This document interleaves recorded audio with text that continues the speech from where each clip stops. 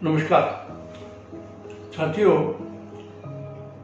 जैसे जैसे देश के अंदर कोविड के केसेस कम हो रहे हैं और पॉजिटिविटी कम आ रही है, वैसे वैसे सरकारों ने अपना काम किया है अनलॉकिंग का।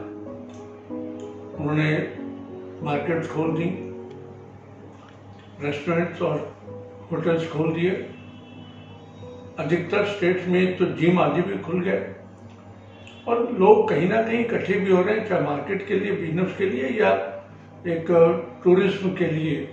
आप देख रहे हैं हिमाचल प्रदेश के अंदर, कश्मीर के अंदर इतनी भीड़ें लगी हुई हैं। तो उसके साथ साथ कई लोग मेरे से पूछते हैं कि अपना बचाव कैसे कर सकते हैं। यहाँ मैं आपसे कुछ चीजें स्पष्ट कर देना चाहता हूँ। जो मार्केट के अंदर, दुकानों पे या होटल्स के अंदर टेम्परेचर गन से आपका टेम्परेचर लिया जाता है हाथ पे या सिर पे, उसकी गुणवत्ता बिल्कुल नहीं है। क्यों? एक तो जो कर रहा होता है वो अनपढ़ आदमी, गार्ड होता है। नंबर 2, इन मशीनों की एज सच टेम्परेचर देखना वो बड़ा मुश्किल काम है कि वो कितना ठीक कर रहे हैं, कितनी एक्यूरेसी है कि नहीं है। और उसके बाद तीसरा ये कि जो देख भी रहा है वो कितना पढ़ रहा है। और चौथी बात ये है कि अगर उस वक्त किसी को बुखार नहीं है जब एंटर किया है, या वो घर से पैरास्टामोल की गोली खा कर आया है, तो जब वो आपके होटल में या आपकी दुकान के अंदर घुस रहा है तो उसको तो बुखार नहीं निकलेगा।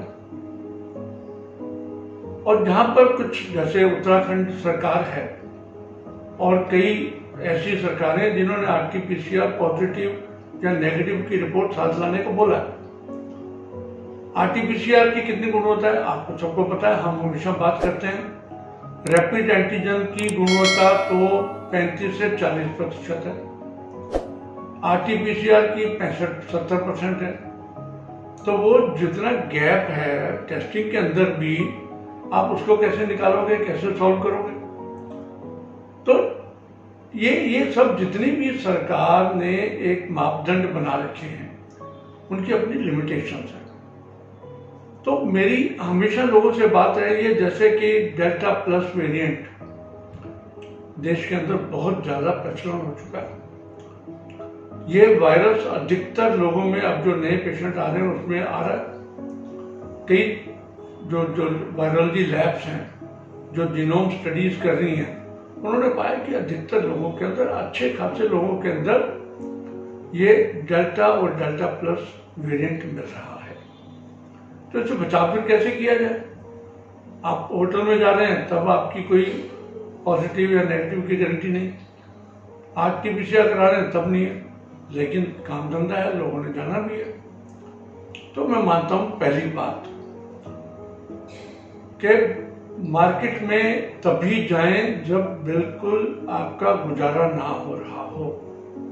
मैं ग्राहकों की बात कर रहा हूं। नंबर 2, जब भी जाएं मास्क सबसे बड़ा सुरक्षा है।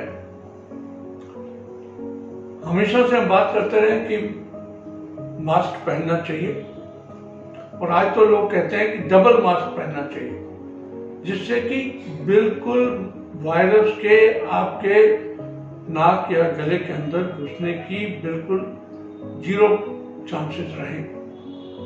डबल मास्क डालना, और अगर थोड़ा बहुत एक वायरस जा भी रहा है तो वो आपको जो है इम्यूनिटी दे रहा है, तो वो एक स्लो वैक्सीन का काम भी कर रहा है। जहां तक हैंड सैनिटाइजेशन की बात है तो आप सबको मालूम ही है, और उसके साथ साथ डिस्टेंसिंग एक बहुत बड़ा इंपॉर्टेंट इशू है।